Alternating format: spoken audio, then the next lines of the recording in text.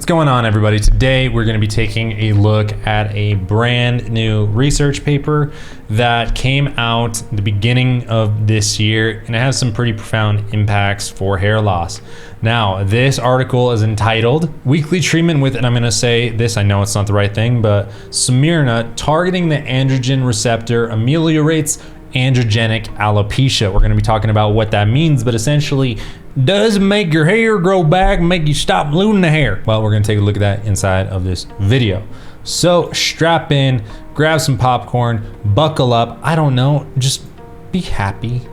Just be happy. All right, so let's read the abstract and then maybe a little bit about the introduction and then get into some of the findings and then a little discussion after. So, androgenic alopecia is the most common type of hair loss in men and women. We know this. DHT and androgen receptor levels are increased in patients with androgenic alopecia, and DHTAR signaling correlates strongly with androgenic alopecia and hair loss. Got it.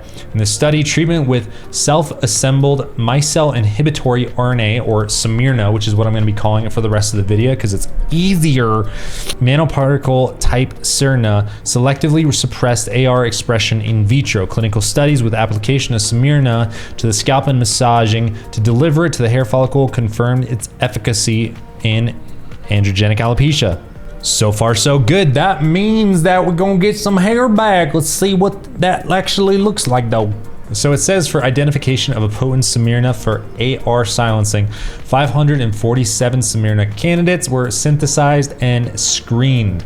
SaMiRNA AR68 was the most potent and could be efficiently delivered to human follicle dermal papilla cells and hair follicles, and this treatment decreased the AR, mRNA, and protein levels. So let's see, it says that they used a double-blind manner with 2 different doses and frequencies. In the low dose clinical study, AR68 was applied 3 times per week for 24 weeks, and though quantitative analysis using phototrichogram, we confirmed increases in total hair counts. In the high dose clinical study, AR68 was given once per week for 24 weeks and showed 83% efficacy in increasing hair counts compared with finasterides with no side effects. Okay, so sounds like this might be, in their words, a potential novel topical treatment for androgenic alopecia. Now, this is an extremely juicy article. It's quite long, even for a research paper, it's quite long. So if you want the nitty gritty, what I actually recommend you do is first check out Hair Cafe's video. I'm gonna put a link down below because he goes into this stuff and he's a nut for like drugs. He's a nut for drugs. He's a nut for like looking at these articles. He loves this kind of stuff and he does it in a pretty comedic and entertaining way. But I just want to get us right to the results so you guys can actually see what the scuttlebutt is regarding this stuff. All right, so this is pretty important stuff right here.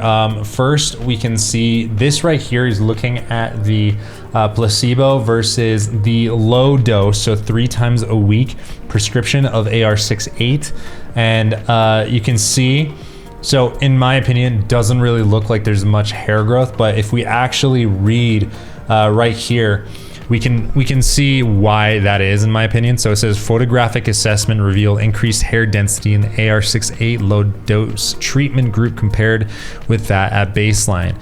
As shown by the phototrichogram analysis, the total hair count increased at 24 weeks after treatment with AR68 compared to that at baseline from 133.14 hairs to 135.41 hairs in a square centimeter. The mean change and rate of total hair count increased by 2.273 plus or minus 3.089.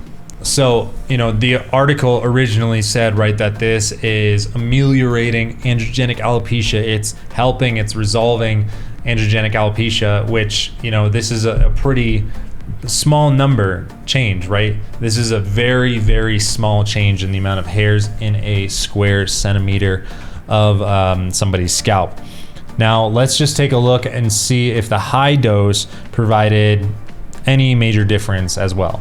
So first, these are the photos. So this is the high dose AR68 once per week at the higher dosage. Baseline, 8 weeks, 16 weeks, 24 weeks. So we do see, I do believe that we actually see a little bit of improvement right here versus right here. So that's a good thing. Now let's take a look at what it says, right? So hair density by photo assessment was significantly increased at 8 weeks, 16 weeks, and 24 weeks compared to that at baseline. There was significant improvement at week 24. Phototrichogram analysis showed significantly higher total counts for the AR6-8 treatment group at 16 weeks and 24 weeks than that at baseline.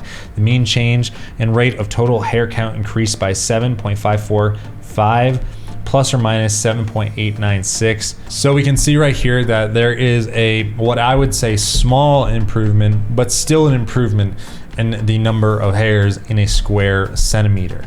So does that mean it doesn't work? Well, at first glance, I would say, okay, is that enough to really help people with significant hair loss? Probably not. But there's a couple things to consider. Number one, the main thing in my mind is that this is only going out to 24 weeks, which could have to contend with restarting a hair growth cycle, which happens with finasteride, it happens with Rogaine, right? You actually lose hair before you gain hair. So with that being said, that could be something. We also don't know the long-term effects. We're only given 24 weeks, which is, you know, roughly half a year, as opposed to like finasteride, right? The people for who it does work, it seems like it takes about a year or even longer to really start seeing the true effects of the medicine. So with that being said, I think it's something that we need a longer term study to analyze and see how it's affecting people. Of course, there is no side effects reported right now, which is great, although that could be something that they're still discovering or hiding, of course. But at this point, is it a complete game changer? Not really. Is it something that we should be watching out for? Absolutely it is. Maybe it's something over the long run can have a significant impact on people with hair loss. But for the moment, it looks somewhat negligible in my opinion. But if you guys do want to see more on this topic right here, go check out Hair Cafe's video. He just kills this type of content. He's very good at delivering this type of content, probably better than I, way better than I. But anyways, go check out that. Go check out the research paper. I'll link it down below. And I hope you guys have a great day.